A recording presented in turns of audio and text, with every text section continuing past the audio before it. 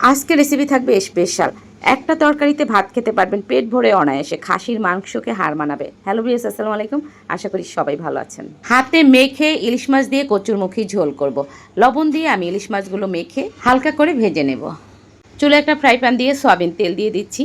পুরো রান্নাটা আমি এই তেলেই করব। 4 টেবিল হবে সয়াবিন তেল দিয়েছি। এবার মাছগুলো দিয়ে দিচ্ছি। উল্টিয়ে পাল্টিয়ে আমি হালকা করে একটু ভেজে নেব। আমার রেসিপি নতুন আপুদের জন্য, প্রবাসী ভাইদের জন্য, ব্যাচেলার ভাইদের জন্য। আশা করি আজকের রেসিপি আপনাদের ভালো লাগবে। খুব অল্প মশলা দিয়ে আমি রেসিপি তুলে ধরার চেষ্টা করি আপনাদের সুবিধার জন্য। ডিটেলস সব কিছু দেখিয়ে দিই। 1/2 কেজি কচুরমুখী নিয়েছি, লবণ দিয়ে মেখে তারপরে চুলায় দিয়েছি, পানি দিয়ে একটা বলক দিব। এতে কি হবে, কচুরমুখীতে একটা আঠালো ভাব থাকে, সেটা কিন্তু চলে যাবে। আমি ভালোভাবে পানি দিয়ে ধুয়ে নিচ্ছি।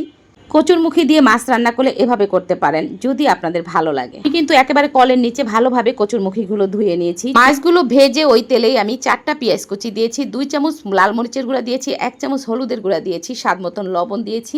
এবার কচুরমুখীগুলো দিয়ে দিচ্ছি। আমি কিন্তু এখনও চুলায় দিইনি, ভালোভাবে মেখে তারপর আমি চুলায় উঠিয়ে দেব। এখানে আমি কোনো কাঁচা তেল ব্যবহার করব না, ভাজা মাছের তেলটা দিয়ে পুরো রান্নাটা করব।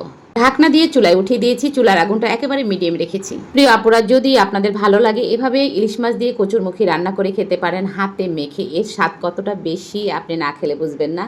আমি খুব সহজ রেসিপিগুলো আপনাদের কাছে দেখানোর চেষ্টা করি। এখন কিন্তু সিজন কচুরমুখীর ইলিশ মাছের। কচুরমুখীগুলো যখন 80% সিদ্ধ হয়ে যাবে, তেল উঠে গেছে, দেখেন ভালোভাবে কষিয়ে আমি সিদ্ধ করে নিয়েছি। এবার আমি ঝোলের পানি অ্যাড করে দিচ্ছি। এই পর্যায়ে একটা টিপস রয়েছে, কচুরমুখী রান্নার ক্ষেত্রে সিদ্ধ হওয়ার আগে কখনো পানি দিবেন না।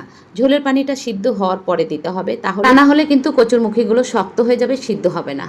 এবার আমি ভাজা মাছগুলো দিয়ে দেবো। আমার মনে হচ্ছে একটু লবণ কম হয়েছে, লবণগুলো দিয়েছি। একটা টমেটো স্লাইস করে দিয়েছি।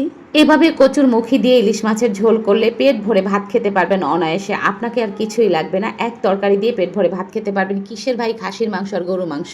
যদি আজকের রেসিপি ভালো লাগে আমার ইউটিউব চ্যানেলটি সাবস্ক্রাইব করে আমার পাশে থাকবেন। প্লিজ প্লিজ প্লিজ একটা লাইক অবশ্যই দিবেন।